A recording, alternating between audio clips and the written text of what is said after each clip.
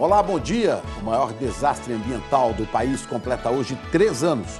Nossos repórteres voltaram às áreas mais atingidas pela lama da Samarco, em Minas e no Espírito Santo, e descobriram que ainda há muito o que fazer. Pescadores reclamam dos prejuízos causados pela tragédia que matou 19 pessoas. Moradores também se queixam no atraso e nas falhas dos projetos de recuperação. O crime não aconteceu no dia 5 de novembro e acabou por aí. O crime continua acontecendo todos os dias na vida de cada atingido. E você vai ver também. Bandidos atacam a unidade de polícia pacificadora da favela de Manguinhos, no Rio. Os PMs revidaram. No tiroteio, 3 policiais ficaram feridos e 2 pessoas morreram. O excesso de velocidade foi a principal causa de acidentes nas estradas no feriadão. 28 pessoas morreram nas rodovias federais. As investigações sobre as quedas de um helicóptero e um monomotor que deixaram 10 mortos nesse fim de semana no interior de Minas e São Paulo. E como foi o domingo de Enem para milhões de estudantes? Entre os temas abordados, direitos humanos, diversidade e manipulação pela internet. Os planos de saúde apostam nos médicos da família para antecipar diagnósticos e reduzir gastos. Na contramão dessa tendência, a Prefeitura do Rio está dispensando equipes da atenção primária. A equipe de transição do presidente eleito Jair Bolsonaro começa a trabalhar hoje em Brasília. Os Estados Unidos retomam as sanções contra o Irã, mas o país desafia a medida que atinge principalmente a venda de petróleo.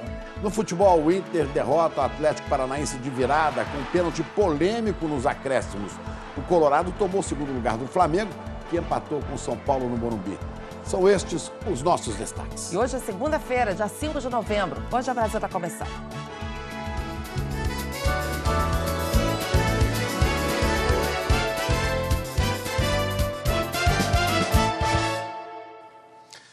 O excesso de velocidade foi a causa principal da maioria dos acidentes registrados nas estradas durante o feriadão. De acordo com o balanço ainda parcial da Polícia Rodoviária, 28 pessoas morreram nas rodovias federais. Uma van atravessa a BR-050 em Goiás na hora em que um caminhão se aproxima. Por pouco não aconteceu um acidente. Já este motociclista tentou fazer uma manobra parecida na BR-153 no Tocantins, mas acabou morrendo. O condutor da motocicleta, ele não aguardou à sua direita para efetuar a manobra. Ele ficou na dúvida entre parar e entrar. 3 pessoas de uma mesma família morreram na BR-290, no Rio Grande do Sul, depois de um capotamento. Segundo o balanço parcial da Polícia Rodoviária Federal, o feriado de finados teve 112 acidentes, com 28 mortes. A maioria por excesso de velocidade. Este carro estava a 184 km por hora, quando o limite é de 110 km por hora.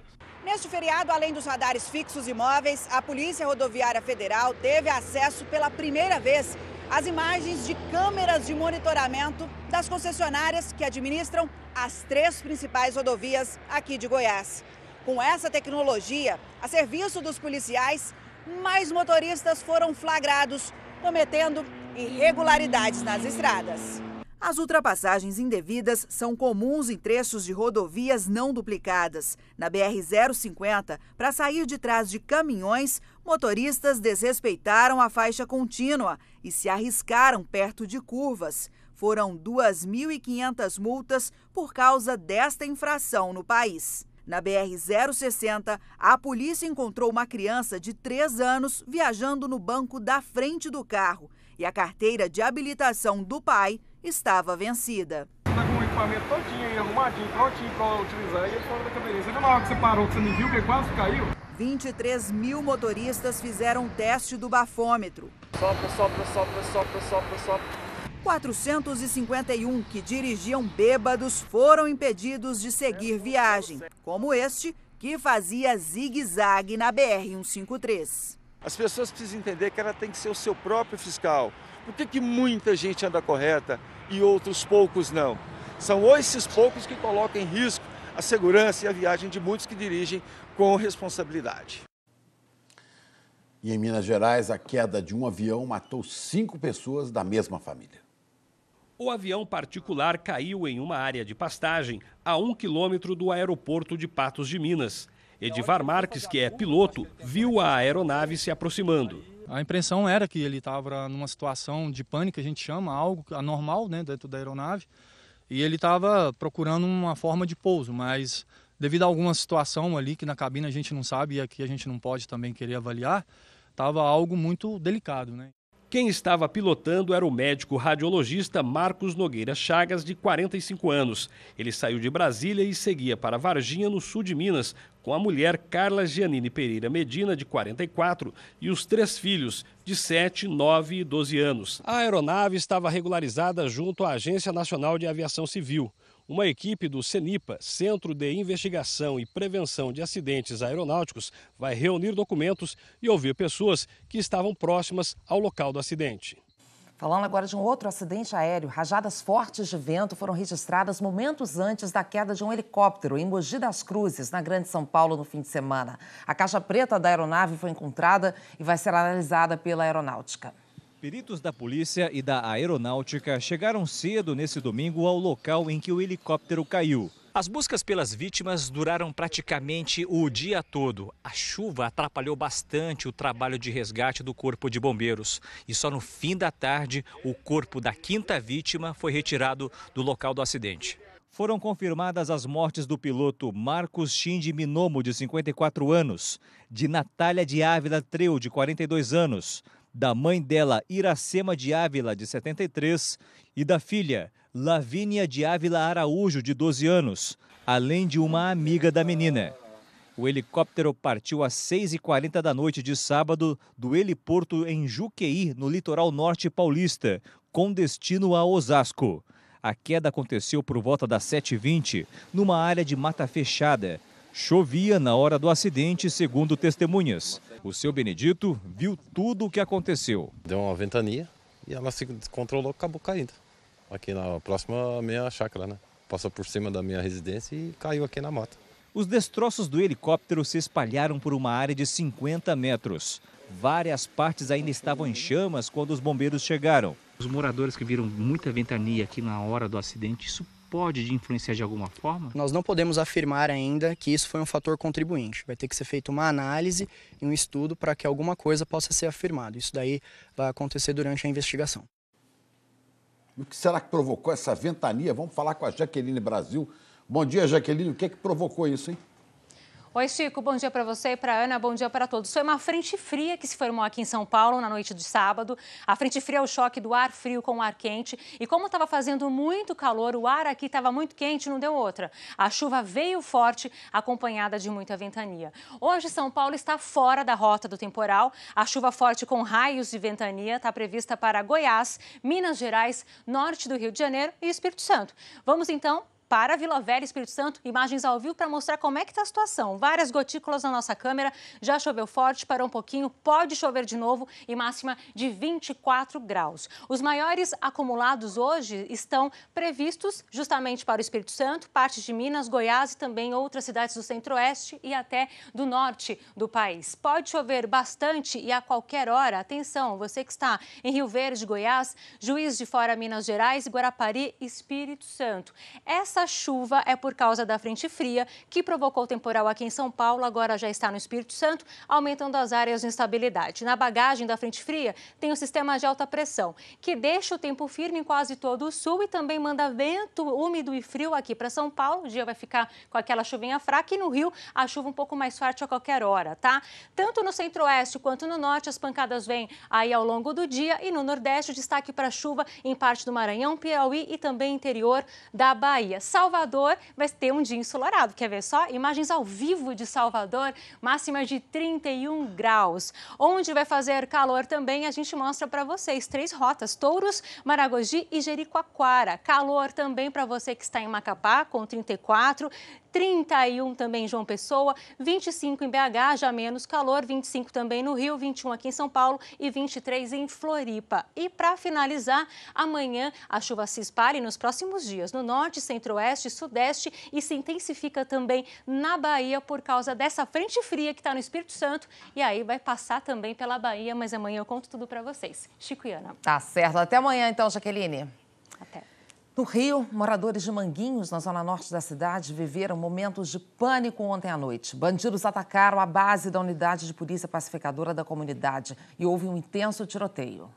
Os moradores foram pegos de surpresa. Ainda tinha muita gente na rua quando o tiroteio começou. Um morador gravou este grupo de PMs se protegendo ao lado de uma casa durante o confronto, bem na hora em que as rajadas recomeçaram. Tem polícia daqui, mano. Tem polícia daqui dando. Tudo começou quando bandidos atacaram a unidade de polícia pacificadora que fica dentro da comunidade. Os policiais reagiram e teve muito tiroteio. 3 PMs ficaram feridos. Eles foram socorridos e estão fora de perigo. Um adolescente de 17 anos morreu no meio da rua. A polícia confirmou que isso aconteceu durante o confronto, mas não disse se ele era suspeito. O patrulhamento foi reforçado. Este vídeo mostra homens do BOPE entrando na favela e um caveirão da PM passou a madrugada em frente a esta delegacia. E olha, agora de manhã, a Polícia Militar informou que mais um homem morreu nesse confronto. Marcelo dos Santos tinha 31 anos e levou um tiro na cabeça. Ele tinha um mandado de prisão em aberto. Mais de 4 milhões de pessoas em todo o país fizeram ontem a primeira prova do Enem deste ano. Muita gente viu que o exame agora veio com temas atuais, principalmente a redação que tratou de manipulação na internet. Vamos falar com a Juliana Morrone em Brasília, porque o primeiro dia de prova teve o menor número de faltas desde que o Enem tem esse formato atual, né, Juliana? Bom dia. Oi, Chico. Bom dia, Ana. Bom dia a todos. Chico, do total de inscritos, menos de 25% faltaram. As questões de múltipla escolha também trataram de temas atuais, como democracia, papel da mulher. Na avaliação do governo, a primeira etapa foi tranquila, apesar de problemas pontuais registrados em razão de falta de energia elétrica. Que horário de verão que nada! Depois de tanto tempo se preparando para o Enem, a maioria dos candidatos ajustou o relógio na véspera para não correr o risco de se atrasar no primeiro dia de prova. Me acordei 5 horas da manhã para estar aqui. Fiquei toda ligadinha ali no horário para poder estar aqui. Em São Paulo, Juliana também chegou cedo e até deu tempo de fazer o que ela mais gosta para desestressar. Eu estava ouvindo música para relaxar antes da prova. Experiência diferente teve a Glêmia, que mora em Redenção, no Pará. Ela não foi só levar a filha de 16 anos para fazer o exame. A mãe quer voltar a estudar e também fez a prova. Quando foi a inscrição, ela, Laura, eu não sei se eu vou fazer, vai fazer junto comigo. É uma responsabilidade grande, muito grande. Ainda ficamos na mesma sala. 2 irmãos gêmeos foram presos porque estavam fazendo a prova com ponto eletrônico no ouvido, em Montes Claros, Minas Gerais. Eles foram levados para a delegacia da Polícia Federal. Outros 2 candidatos foram eliminados depois de passar pelo detector de metal e 67 por descumprirem regras do Enem, como sair da sala antes do horário permitido. Menos de 25% dos inscritos para o exame deste ano faltaram no primeiro dia. É o menor índice de ausência dos últimos 10 anos. Em Franca, São Paulo, e Porto Nacional, em Tocantins, estudantes não puderam concluir as provas porque faltou energia. Esses locais de prova, que somam em torno de 1.300 alunos, ou seja, um universo muito pequeno, de 4 milhões e 100 mil estudantes que compareceram, estes alunos terão o direito de refazer o dia de hoje no dia 11 de dezembro. O ministro da Segurança Pública, Raul Jungmann, diz que a Polícia Federal pode abrir investigação sobre um caso de fake news que circulou ontem de manhã e dizia que a prova do Enem tinha sido cancelada. Não há anonimato em rede social. Não cometam irresponsabilidade em rede social. Porque se cometer e isto for um crime, não tenha dúvida que nós vamos achar quem cometeu isso, como já comprovamos no passado. Ontem, os alunos fizeram as provas de linguagens, ciências humanas e a temida redação. O tema, super atual, agradou à maioria dos estudantes. Manipulação do comportamento do usuário pelo controle de dados na internet. Foi um tema muito fácil, onde você poderia abordar vários tópicos. Nas questões de múltipla escolha, apareceram assuntos como feminismo, racismo e ditaduras. Os candidatos voltam para casa agora com a sensação de alívio. Afinal, a primeira etapa já foi concluída. Mas eles retornam no próximo domingo para fazer provas que são consideradas por muitos alunos um verdadeiro desafio. As provas de exatas. Além de matemática, os candidatos vão fazer provas de química, física e biologia. E eu acho que eu vou ficar mais nervosa ainda na semana que vem. Laura acha que foi bem na primeira prova, mas... Semana que vem é exatas, né? Pega bastante. Olha, os gabaritos e cadernos de questões serão divulgados no dia 14 e o resultado sai dia 18 de janeiro. Ana Paula e Chico. Todo mundo na torcida, então. Obrigada, Juliana. Até já. Os planos de saúde estão reformulando o modelo de atendimento e adotando programas de médicos da família. Algumas empresas, com isso, já conseguiram até diminuir os custos. E a expectativa é de que essa redução chegue ao consumidor. Elas se conhecem há 3 anos. Já foram tantas consultas nesse período que olha a intimidade entre a paciente e a médica. Alessandra é cliente de um plano de saúde privado que instituiu o programa Médico de Família. Detectaram que eu era uma paciente que teria muitos cuidados. Então foi quando conheci a doutora Verônica, que fez uma mudança muito legal na minha vida. E ela, por ser muito carinhosa, atenciosa, a gente se sente, nós pacientes, ficamos mais confortáveis com o atendimento. Doutora Verônica descobriu que um diagnóstico de arritmia estava errado. Era o que impedia a Alessandra de fazer uma cirurgia bariátrica. Operada há poucos meses, ela está perdendo peso com acompanhamento médico. A medicina de família, ela utiliza o método clínico centrado na pessoa. O que significa que eu vou olhar aquele paciente para além da patologia que ele apresenta. E o vínculo que você estabelece com o paciente favorece com que ele te fale melhor sobre as dúvidas, as dificuldades que ele tem de cuidar daquela condição que ele apresenta. Perder peso significa menor risco de diabetes, hipertensão e outras doenças cardiovasculares, que poderiam exigir internações, cirurgias complicadas, hospitais. Segundo o Ministério da Saúde, a chamada atenção primária pode resolver até 80% dos problemas de saúde. Em vários municípios do Brasil, o programa Médico de Família foi implantado com sucesso pelo SUS. O plano de saúde da Alessandra já oferece o serviço a 220 mil pessoas, pouco mais de 5% dos clientes. Os resultados são tão animadores que a ideia é ampliar o atendimento. Essa população internou 30% a menos do que as outras pessoas que não estão nesse programa ainda. Por exemplo, de cada 10 pessoas que procuram as nossas 34 unidades que existem no país, apenas uma delas é encaminhada para outro serviço. A federação que representa os planos de saúde privados do Brasil apoia a ampliação dos serviços de atenção primária a todos os pacientes e estima que os benefícios desse modelo de atendimento alcancem também os bolsos dos clientes. A prevenção e o cuidado antecipado, ele gera uma saúde melhor para esse beneficiário e, portanto, custos reduzidos para o sistema como um todo. Uma determinada operadora, ao longo desses últimos, da implementação desse modelo, já teve uma redução no custo de 20%. A Fena Saúde ainda não sabe quando essa redução vai ser repassada, mas os pacientes estão ganhando mais do que cuidados médicos. É uma amizade, né? Um carinho, um cuidado especial por ela também, né? Existe isso sim, né, Lê? E enquanto a rede privada investe em medicina da família para economizar, a rede municipal do Rio de Janeiro está cortando o número de equipes do programa por causa da crise. Quem traz os detalhes é o Diego Aidar. Bom dia, Diego. Bom dia, Chico, Ana Paula. Ótima semana para todo mundo. A Prefeitura chamou esses cortes nas equipes do Programa de Saúde da Família de reestruturação.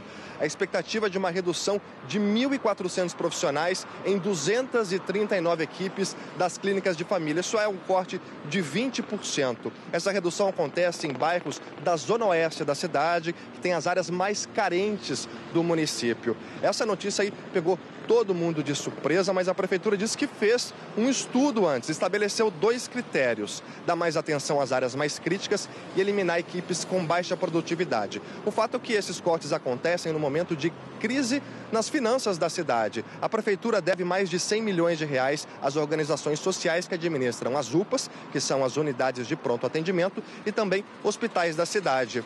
E os pacientes ficaram muito insatisfeitos e profissionais de saúde também, que já trabalham aí no limite. Técnicos de enfermagem e enfermeiros deram início a uma greve. Essa paralisação já dura 2 semanas. Chico e Ana Paula. Ok, Diego. Vamos seguir nesse assunto agora falando com o Alexandre Garcia lá em Brasília, porque crise financeira a gente sabe, né, Alexandre? É um problema que afeta vários estados, vários municípios, afeta todos nós. Agora é aí que entra a importância da gestão para poder exatamente não interromper esses serviços básicos e não gerar gastos ainda maiores no futuro. Pois é, e não é só na Prefeitura do Rio que está acontecendo esse problema, né? Bom dia para vocês, bom dia para todo mundo. O que está dando certo na rede privada e vai se ampliando nos planos de saúde com economia de gasto, não tem dado certo na rede pública, onde a gente viu aí se fazem cortes, né? Nos planos de saúde, o médico de família lembra um pouco aquele médico do interior, que é clínico geral, obstetra, cirurgião, que conhece as pessoas, convive com elas no clube, no bar da esquina, tem cargos na sociedade local, né?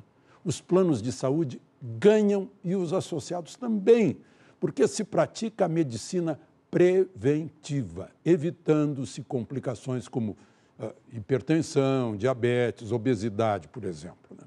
Isso reduz os gastos, reduz as ausências de trabalho e todos ganham com isso, né? Paira sobre as relações um pouco de cidade do interior. Já na saúde pública, veio um anonimato, a impessoalidade, a fila.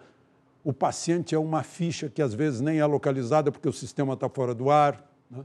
No serviço público, a medicina de família ainda não venceu a transição para formar o médico de família, para ser pediatra e geriatra ao mesmo tempo, ou transformar um ginecologista em clínico geral que dá a palavra final num diagnóstico. Aí vem a pergunta: por que o plano de saúde consegue e o serviço público não? O que o serviço público perdeu, né? Talvez com a confusão mental daqueles que apostaram que o Estado é do partido que está no governo, quando não é. O Estado está a serviço da população, não importa o partido, né? E serviço público não é só um emprego estável, sem cobrança, é compromisso com bons serviços. E onde mais se sente falta de bons serviços públicos é na saúde. Aí basta comparar plano de saúde e saúde pública, né? Comparar os resultados desse sistema de médico de família para saber a diferença. Ana e Chico? É médico de família que resgata o papel do generalista, do clínico geral, que foi tão importante, né, Alexandre, na vida de todo mundo e é até hoje em outros países. As especialidades ficam para casos em que o generalista indica. No Brasil, as coisas não andam bem assim. Obrigado, Alexandre. E o deputado federal Onyx Lorenzoni foi nomeado hoje ministro extraordinário da transição para o governo do presidente eleito Jair Bolsonaro. Nós vamos falar em Brasília com a Gioconda Brasil, que tem mais informações sobre essa transição. Gioconda, bom dia.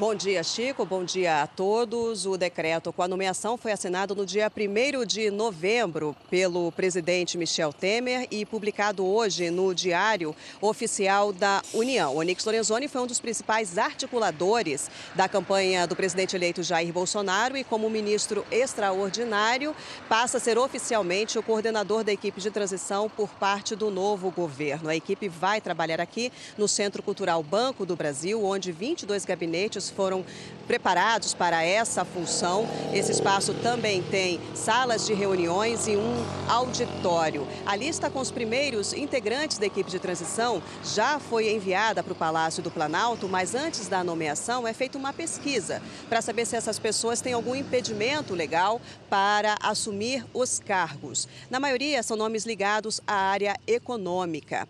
Na reunião com o presidente Michel Temer, na próxima quarta-feira, o presidente eleito Jair Bolsonaro Bolsonaro vai receber a chave do CCBB e também um livro eletrônico com todas as informações oficiais e públicas a respeito do governo para dar início ao processo de transição. Mas antes disso, o novo ministro de Ciência e Tecnologia, que já foi anunciado pelo governo de Jair Bolsonaro, o astronauta Marcos Pontes, está nesse momento vindo para Brasília e quando chegar aqui à capital, ele vem conhecer o espaço do CCBB.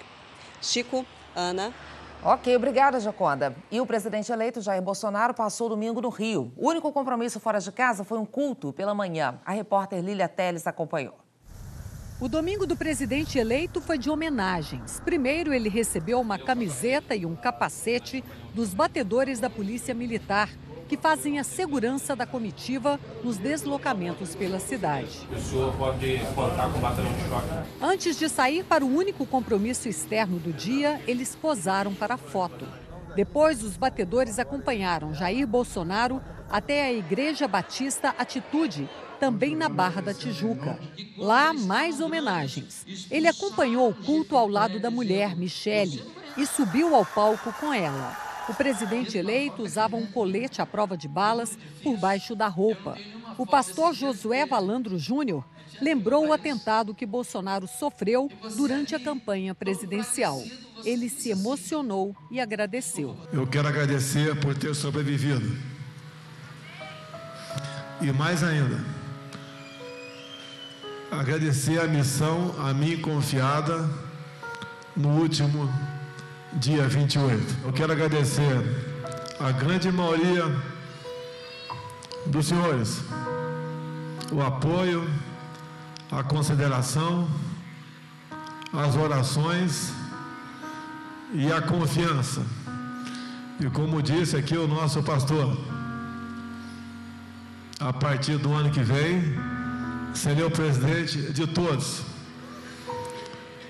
Queremos sim, usando agora o meu lado militar, seguir os passos de Caxias, o pacificador. O hino nacional encerrou o culto. Sob forte esquema de segurança, o presidente eleito voltou da igreja direto para casa. Na porta do condomínio, Bolsonaro foi mais uma vez recebido por apoiadores. Sem descer do carro, ele acenou para a multidão.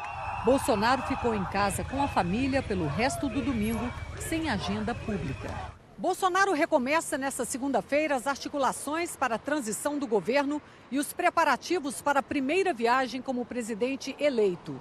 Na terça-feira, ele embarca para Brasília. Na quarta, Bolsonaro vai ao Palácio do Planalto. Tem um encontro agendado com o presidente Michel Temer.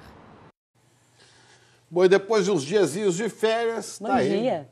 Cris Dias de volta para falar de futebol com a gente. Cris, aí, bom aproveitei dia, bem-vinda de volta. Para voltar com o feriadão, bom dia, estava com saudade, voltei animada, Isso. igual o Campeonato Brasileiro no fim de semana, né? Animadíssimo. O Palmeiras venceu o Santos no sábado e segue com vantagem na liderança do Campeonato Brasileiro, mas na vice-liderança teve uma troca. O Internacional venceu o Atlético Paranaense e agora está em segundo. Vamos ver como é que foi então? Jogo no estádio Beira-Rio, em Porto Alegre. Aí o Atlético Paranaense jogando com o time quase todo reserva, porque tem decisão na Sul-Americana no meio da semana. Mas mesmo assim, saiu na frente. A gente está vendo aí que o Camacho chutou de fora da área. Desviou ali, né? E ó, no replay desviou no Rodrigo Moledo. Enganou o goleiro Marcelo Lomba, inclusive. Mas aí o Rodrigo Moledo se redimiu, viu? Empatou para o Inter. E agora a polêmica. Nos acréscimos, o juiz marcou pênalti no Rossi nesse lance. Aí o D'Alessandro bateu e fez o gol da virada. Final, Inter 2-1, vice-líder. Novo vice-líder, né? E quem perdeu a vice-liderança para o Inter foi o Flamengo. Ficou no empate com o São Paulo. Duelo na parte de cima da tabela. Jogo no Morumbi, em São Paulo. Vamos lá, o Diego Souza fez o primeiro gol do jogo. Mas aí, rapidinho na sequência, o Uribe empatou para o Flamengo. E aí, de fora da área, o Elinho, de só 18 aninhos, fez um belo gol para colocar o São Paulo de novo na frente. A gente até vai ver de novo, porque esses lances bonitos a gente gosta de mostrar de novo, né? Aí, mais um empate no jogo. Jogada do Vitinho na esquerda e o Rodinei fez para o Flamengo. Placar final 2-2 e o Vitinho ainda podia ter dado a vitória para o Flamengo, mas isolou a bola. O jogo acabou empatado mesmo. Bom, então é isso, gente. Daqui a pouquinho eu tô de volta para mostrar os outros gols do domingo.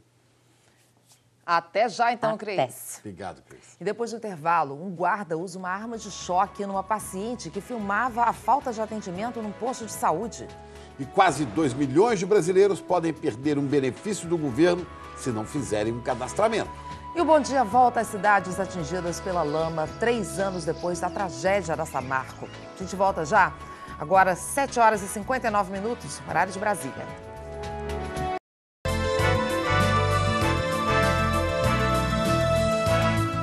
Estamos de volta com um alerta. Quase 2 milhões de pessoas que têm direito a receber o benefício de progressão continuada, o BPC, também conhecido como LOAS, ainda não se cadastraram. São pessoas que têm direito de receber um salário mínimo mensal, mas que podem ficar sem o benefício. Vamos direto para São Paulo. A Glória Vanik explica isso melhor para a gente. Glória, bom dia. Bom dia, Ana, Chico, bom dia para todo mundo. Então, atenção para todo mundo, né? Tem direito a receber esse benefício pessoas com deficiência e idosos com mais de 65 anos que possuem renda por pessoa da família de até R$ 238. Vamos ver tudo direitinho na reportagem do Wallace Lara. Depois de enfrentar um câncer e sofrer um acidente numa obra que lesionou a coluna, seu José teve que parar de trabalhar.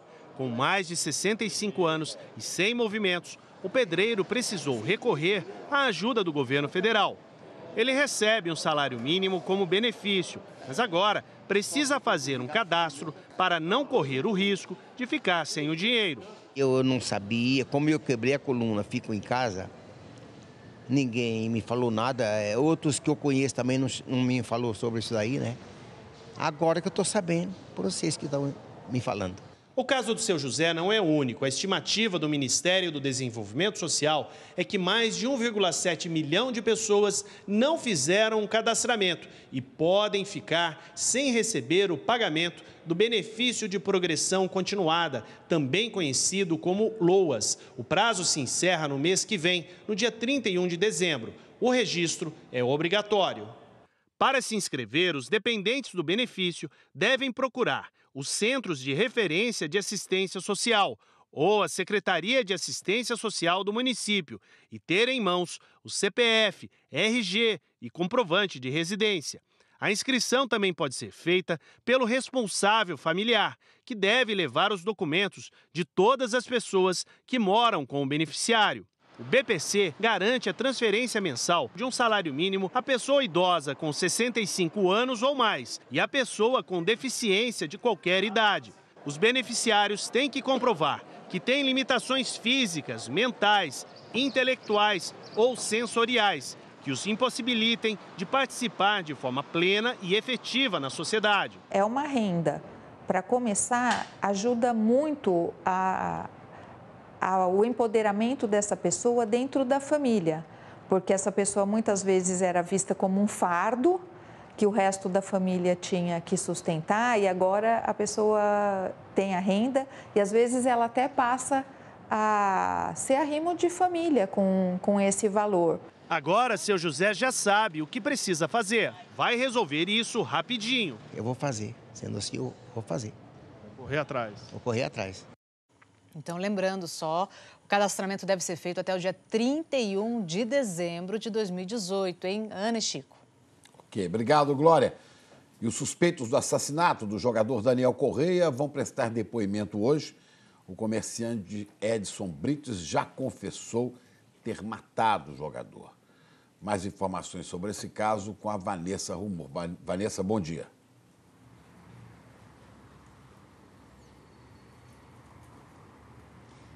Bom dia a todos que nos acompanham. Olha, os depoimentos estão previstos para agora de manhã, para amanhã dessa segunda-feira.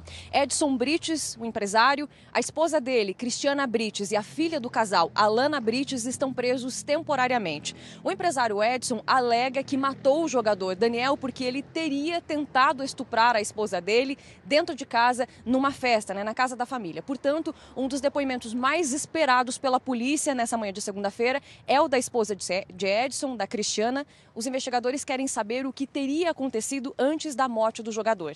A versão de testemunhas não bate com a história do empresário. A polícia também investiga o envolvimento de mais 3 pessoas que, de acordo com testemunhas, teriam ajudado o Edson a agredir o Daniel. O jogador, Daniel Correia, tinha 24 anos, ele estava com um contrato pelo São Paulo, mas estava emprestado ao time do São Bento de Sorocaba e, de acordo com a polícia, Daniel foi espancado e o corpo dele foi encontrado no sábado passado na área rural aqui de São José dos Pinhais, região metropolitana de Curitiba. O corpo dele estava com sinais de tortura. Portanto, nessa manhã de segunda-feira, a gente aguarda esses depoimentos dos 3 suspeitos envolvidos na morte. Vanessa Rumor, para o Bom Dia Brasil.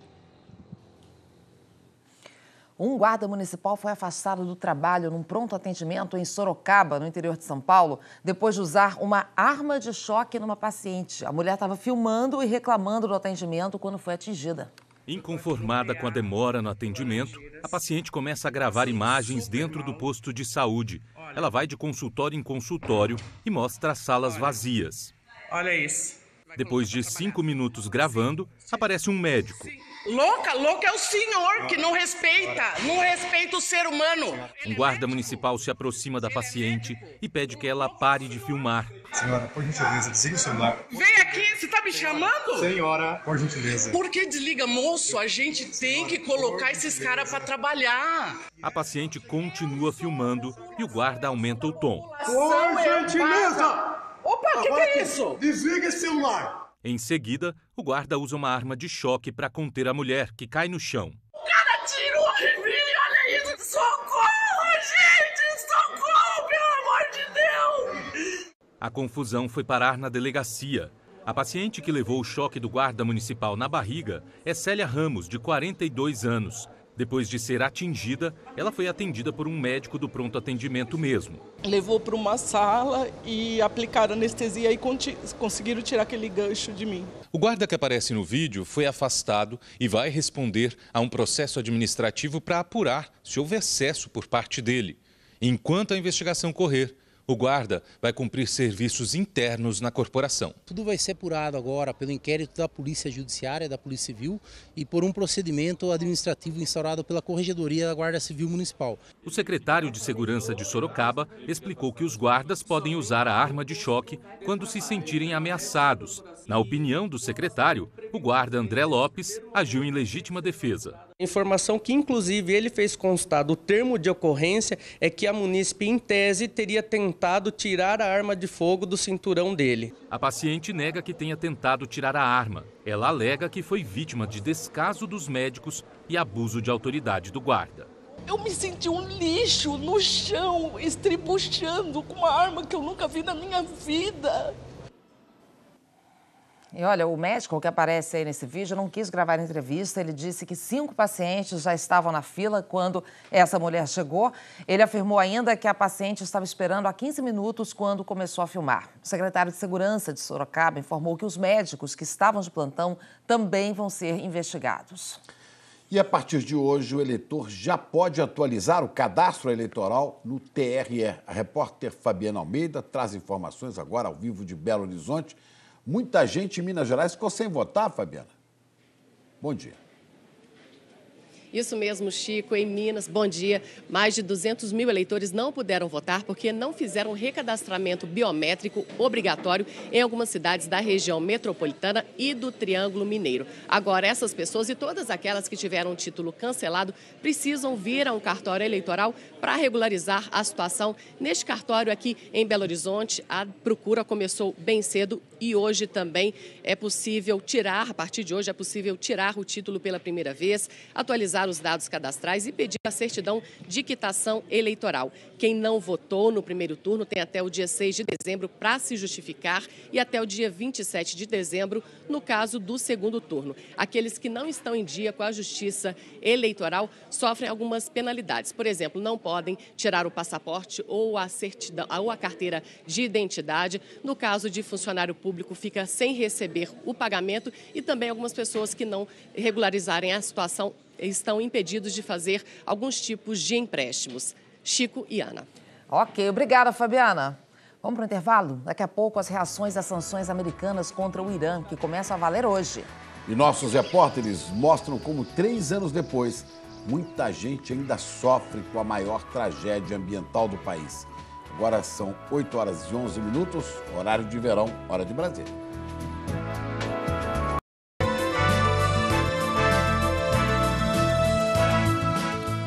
Estamos de volta para falar da tragédia da Samarco, em Mariana, Minas Gerais. Tragédia que hoje completa 3 anos. 19 pessoas morreram com o rompimento da barragem de Fundão, que ficava num distrito de Mariana, Minas Gerais. Vilarejos inteiros foram inundados pela lama e os impactos socioambientais chegaram às cidades de Minas Gerais e também do Espírito Santo. 22 pessoas e 4 empresas respondem na Justiça. 21 delas por homicídio. Para o Ministério Público Federal, faltaram medidas para prevenir a tragédia e as mortes. Só o IBAMA aplicou 25 multas, mas a Samarco apresentou recursos e não pagou nenhuma. E muitos atingidos não foram beneficiados por esses acordos. Nossos repórteres em Minas e no Espírito Santo voltaram às áreas mais atingidas pela lama da Samarco. Ouviram pescadores que não estão conseguindo trabalhar e moradores que ainda tentam recomeçar a vida. Gesteira praticamente sumiu no meio do mato. O terreno onde o distrito vai ser reconstruído não tem sinal de obra. O que se vê aqui é esse olhar de tristeza com tanta demora. Sai de Assembleia, às vezes 1 hora, 2 horas de madrugada, esperando resposta, e eles ali, e chega e fala estudando ainda. Está estudando, está analisando. Aí isso vai ser até quando?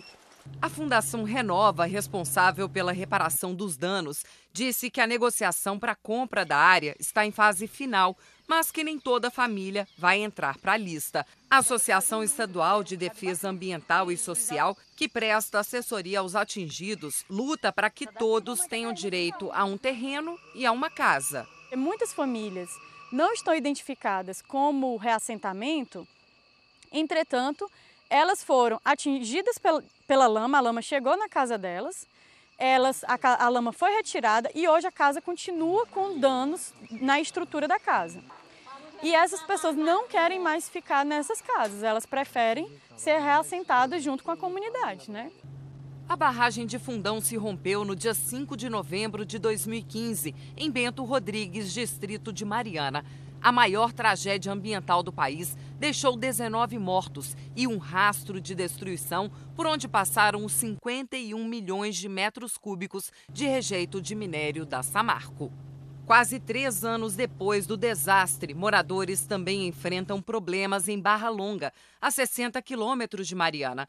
Foi preciso fechar a estrada para chamar a atenção para as rachaduras nas casas. Para os moradores, os estragos são consequência do trânsito de máquinas e de caminhões que trabalham na recuperação da cidade. Até hoje, eles circulam o tempo todo. Segundo a população, as ruas de Barra Longa não têm estrutura para aguentar tanto peso.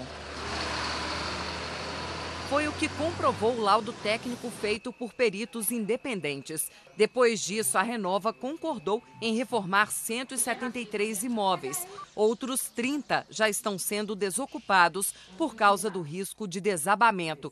É o caso da Simone, que deixou a casa e agora mora de aluguel social. A partir do momento que a barragem rompeu, acabou. A culpa é deles. O crime, igual eu costumo dizer, o crime não aconteceu no dia 5 de novembro e acabou por aí. O crime continua acontecendo todos os dias na vida de cada atingido.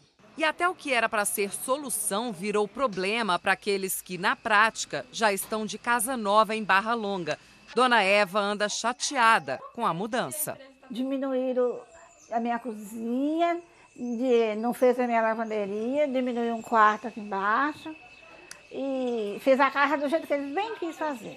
A gente quer que as coisas andem o mais rápido possível, mas desde que seja de forma correta.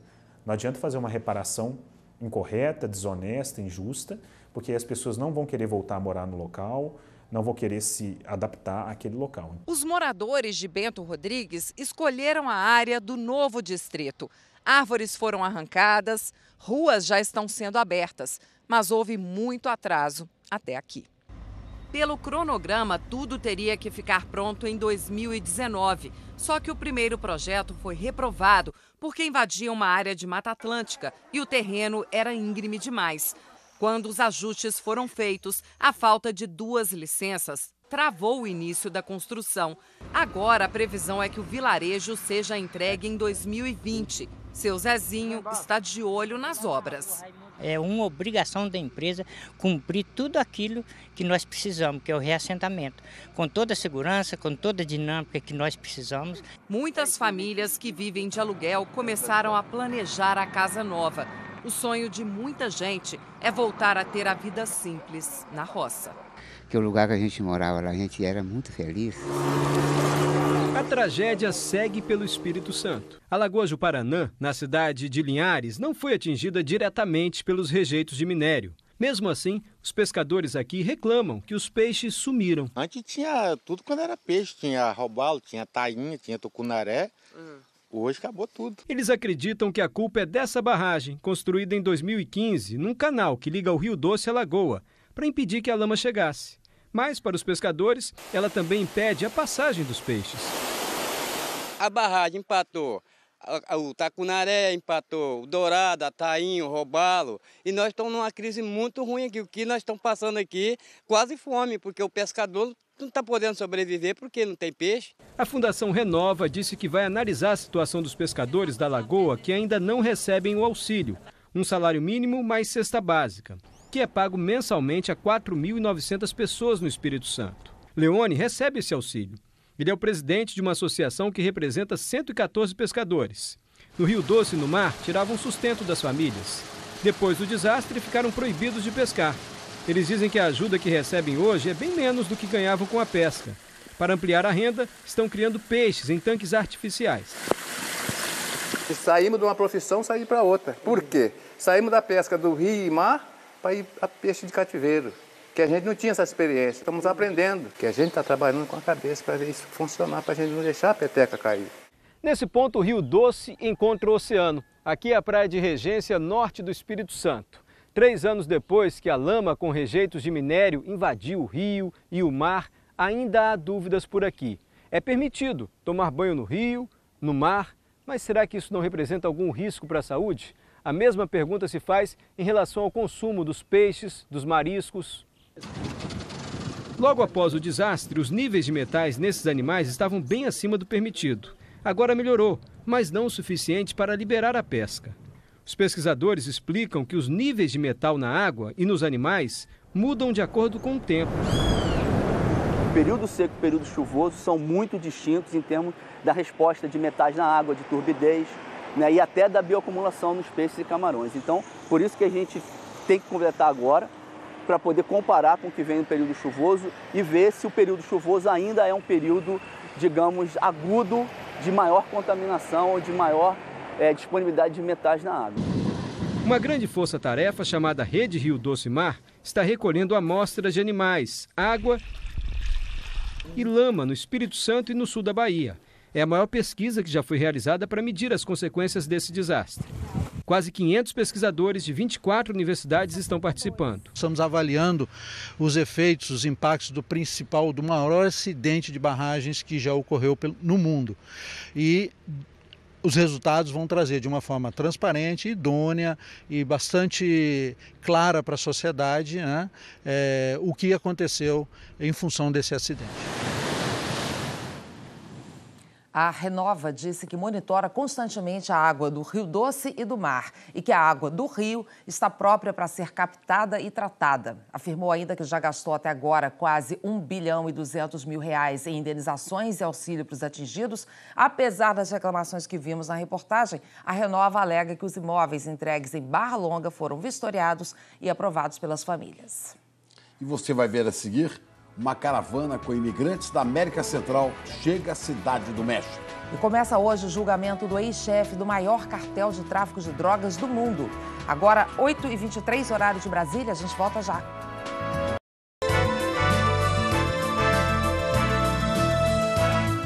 Os americanos vão às urnas amanhã para escolher deputados, senadores e governadores. A votação é considerada um teste para o presidente Donald Trump, que mergulhou de cabeça na campanha. Um dos principais temas dessa disputa é a imigração. Build that wall. O voto nas eleições americanas de amanhã é uma espécie de referendo. Essa história deve continuar ou não? Tudo começou na corrida presidencial. I will build a great wall. Donald Trump prometeu construir um muro na fronteira dos Estados Unidos com o México. Por enquanto é só promessa. Mas é um desenho fácil da ideia do que seria o governo em relação à imigração. Criar barreiras cada vez maiores aos estrangeiros. Logo no começo, ele baniu a entrada de pessoas de 7 países de maioria muçulmana. E aqui dentro começou uma caçada aos imigrantes em situação irregular. A Natalícia Tracy trabalha numa ONG que ajuda brasileiros com problemas jurídicos aqui nos Estados Unidos. É uma política de zero tolerância e mais desumana, porque a política anterior deportou milhares de pessoas, mas eles estavam focando realmente em pessoas que tinham um histórico criminal, eles não estavam focando em famílias, em pessoas que estavam aqui há muito tempo, e essa política não quer saber. Se você não tem papel, você é considerado criminoso e eles querem te deportar e pronto. Foi para levar essa política a cabo que o governo tomou a atitude que causou mais polêmica nos últimos anos.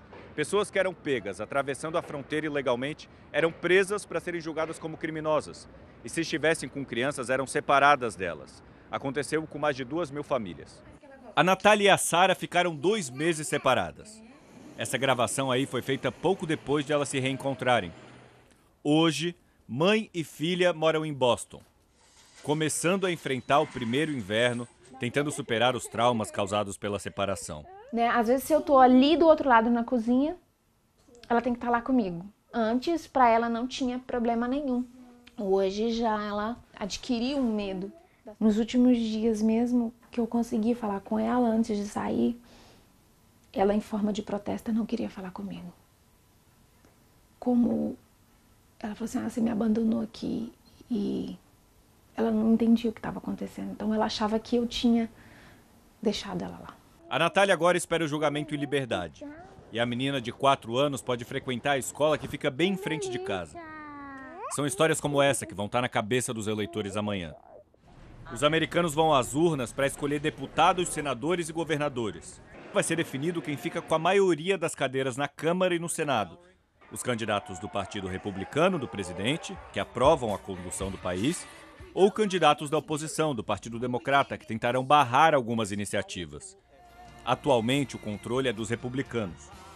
E sem apoio do Congresso, o presidente não governa.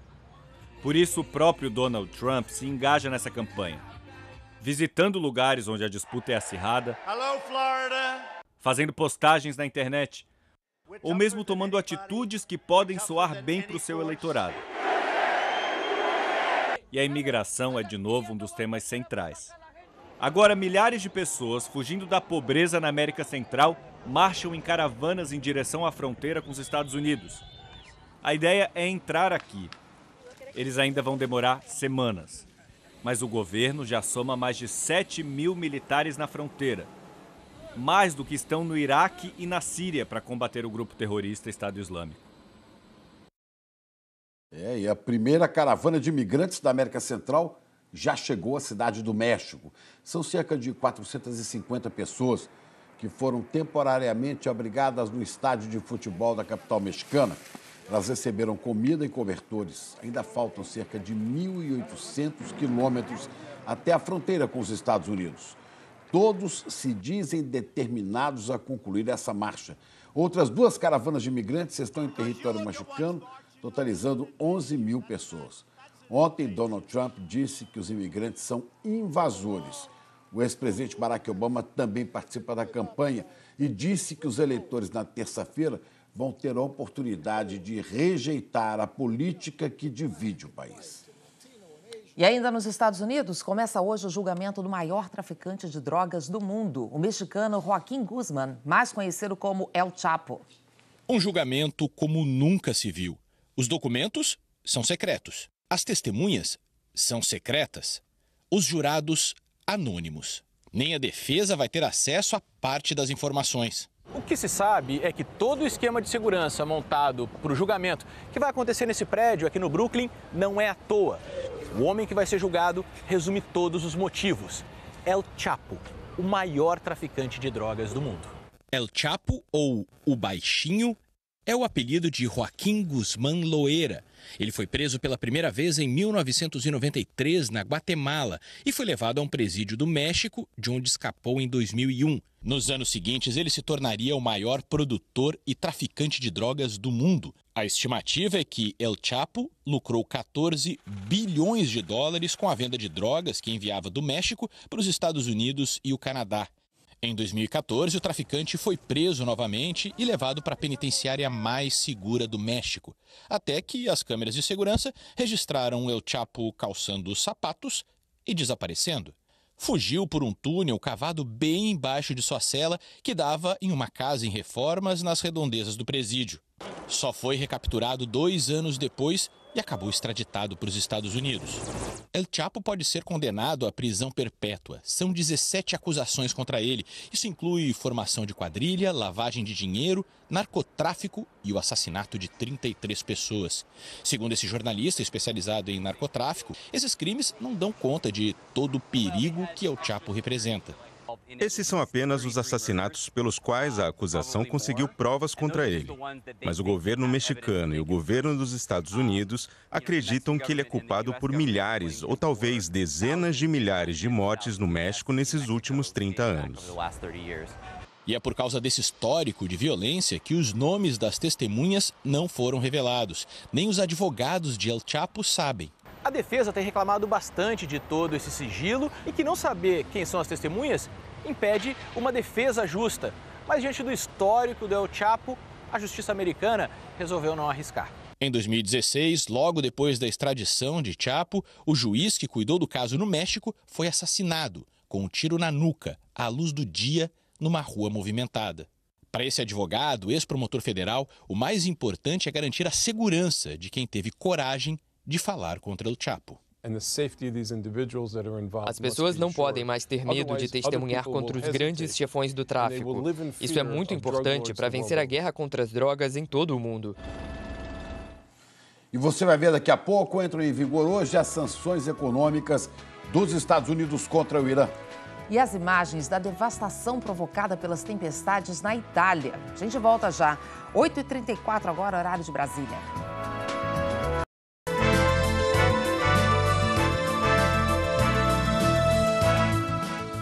Começam a valer hoje as sanções econômicas dos Estados Unidos contra o Irã, que podem mexer com o preço do petróleo e o equilíbrio de forças no Oriente Médio.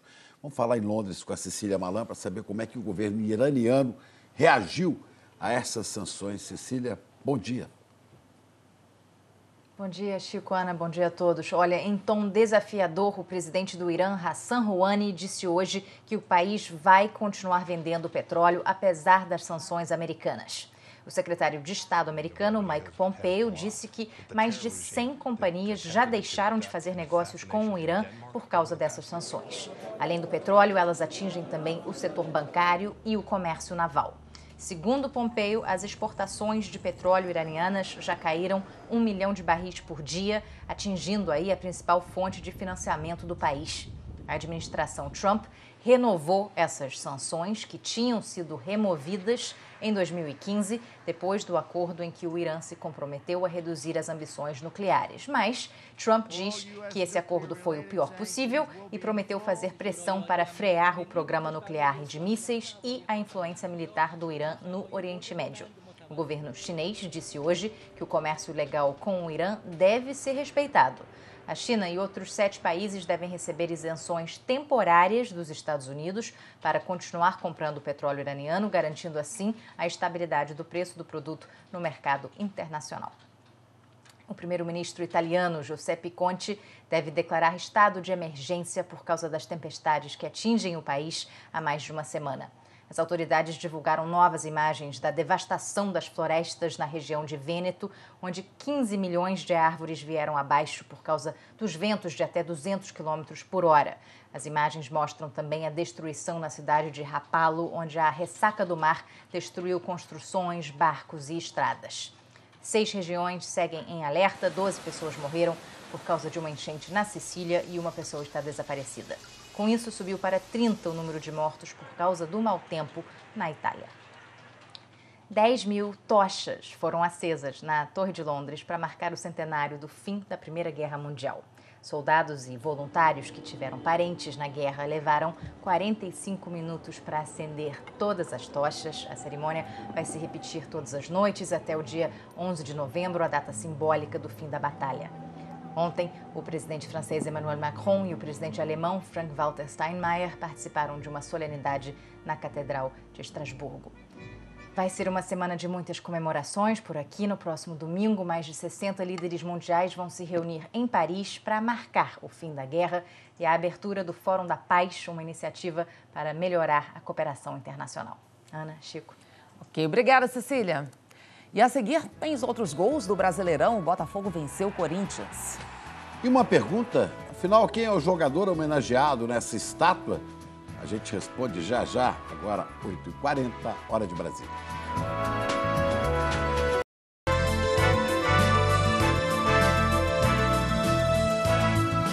Estamos de volta, Cris Dias, aqui mais uma vez, porque ficou devendo alguns gols do Brasileirão. Não gosto de ficar devendo nada para vocês, né, gente? Então vamos recomeçar pelo Botafogo, que venceu o Corinthians e se distanciou da zona do rebaixamento. Jogo no estádio Newton Santos, vamos ver aí, ó. O Botafogo saiu na frente nesse escanteio. Rodrigo Lindoso até comemorou, né? Mas a bola bateu por último no Ralf do Corinthians. E no último lance do jogo, o goleiro Gatito Fernandes fez essa defesa aí para dar a vitória pro Botafogo. Defesaça queima-roupa muito linda, né? Muita festa dos jogadores, com ele, que ficou mais de 6 meses fora por causa de uma lesão no punho direito. Voltou em grande estilo aí, Gatito, goleirão. E a briga tá bem apertada na parte de baixo da tabela. Ninguém quer ficar perto da zona do rebaixamento. Vamos ver aí, ó, Vitória e Paraná no Barradão, em Salvador. O Alex Santana recebeu e fez o primeiro gol do jogo. Aí o Vitória empatou com o Léo Ceará no escanteio. Final 1-1. Vamos agora de América Mineiro, que é o primeiro time na zona, recebeu o Cruzeiro em casa e perdeu. O Arrascaeta limpou e abriu o placar. Aí o Henrique foi derrubado na área, pênalti, que o Thiago Neves ampliou de cavadinha. Agora outro pênalti. Agora pro América, a bola bateu no braço do Egídio, a gente tá vendo aí no detalhe. O Rafael Moura descontou, mas o jogo acabou 2-1 pro Cruzeiro. E quem também tá no Z4 é a Chapecoense, perdeu pro Bahia, fora de casa com esse gol aí do Elber. Placar final, Bahia 1-0. E hoje tem mais um jogo entre times que estão brigando para fugir do rebaixamento, Sport e Ceará. Agora, Chico e Ana, eu vou fazer uma perguntinha para vocês. O que vocês faziam quando vocês tinham 14 aninhos, assim? Vocês lembram? Viu? Eu trabalhava já, viu? Trabalhava já? Muito bem, então. Você vai se identificar. Porque no Campeonato Paraguaio já tem aí, ó, gente de 14 aninhos fazendo gol. Olha só que fofura. Foi no clássico entre Cerro Porteño e Olímpia. Que bacana. O Fernando Avelar, de 14 anos e 302 dias, fez o primeiro gol do Cerro no jogo. Tocou ali na saída do goleiro, o jogador mais jovem a marcar na história do Campeonato Paraguaio, né, gente? A partida acabou em 2-1. Ele nasceu em 2004, um verdadeiro bebê, né? Eu, com 14 anos, jogava bola, mas não resultei. Não em campeonato assim, né? Tudo bem.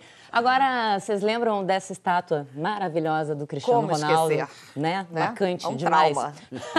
Em março do ano passado, o jogador recebeu essa linda homenagem, só que não, no aeroporto da Ilha da Madeira, em Portugal. A estátua feita pelo artista português Emanuel Santos, né? Essa imagem linda rodou o mundo. A gente percebe que não ficou muito parecida, né? Pois bem, a vítima homenageada dessa vez foi o egípcio Mohamed Salah.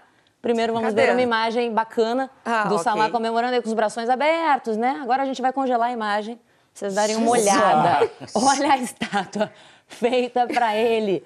Eu faria um comentário que ele parece um mini craque, parece o próprio mascote do Salah. O que você acha, Chico? Eu prefiro não ser homenageado. Você. Proporção pra quê, uma homenagem maravilhosa. Péssima, agradeço, mas não. Mas vou dar o crédito, lembrando que essa estátua foi feita pela artista também egípcia, super legal, Mai Abdel Allah. É isso, gente. Coitado. Tá certo, então. Com essa terminamos depois dessa. Né? Sem homenagens, né, Glória? Parece caricatura, né, gente? Coisa doida. Olha, infelizmente a gente tem um dado preocupante aqui da Corregedoria da Polícia Militar do Estado de São Paulo. 64 PMs são afastados das ruas enquanto são investigados por possíveis excessos de abordagens. Segundo a Secretaria Estadual da Segurança Pública, entre janeiro e setembro desse ano, o Estado registrou um aumento de 5% no número de pessoas mortas por policiais militares em serviço. Eu me despeço por aqui. Um bom dia para vocês e um bom início de semana. Bom, aqui em Brasília já tem movimentação no QG da transição, aqui em Brasília, no Centro Cultural Banco do Brasil. O presidente eleito Jair Bolsonaro deve vir amanhã para Brasília. Está prevista uma reunião dele com o presidente Michel Temer na quarta-feira. Ótima semana para todos. Eu me despeço com uma notícia que acaba de chegar. Um homem armado com uma faca estaria fazendo reféns em uma agência dos Correios no norte da Itália. Segundo a imprensa local, ele é condenado em um processo contra a máfia e estava foragido pela justiça. A gente vai seguir acompanhando. Bom dia para vocês, gente. Até mais. É isso, e outras notícias a qualquer momento, você sabe, logo mais no Jornal Hoje. Ótima semana para todos nós, boa segunda. Amanhã a gente se vê aqui no Bom Dia Brasil. Até lá. Bom dia para você. Começamos bem a semana, eu aqui entre 5 meninas, 5 Bendito colegas fruto. bonitas, entusiasmadas. Horário de verão, vamos nessa. Vive Itapetininga, São Paulo, está fazendo 248 anos. E com horário de verão, coragem! Hoje é segunda-feira, vamos à luta.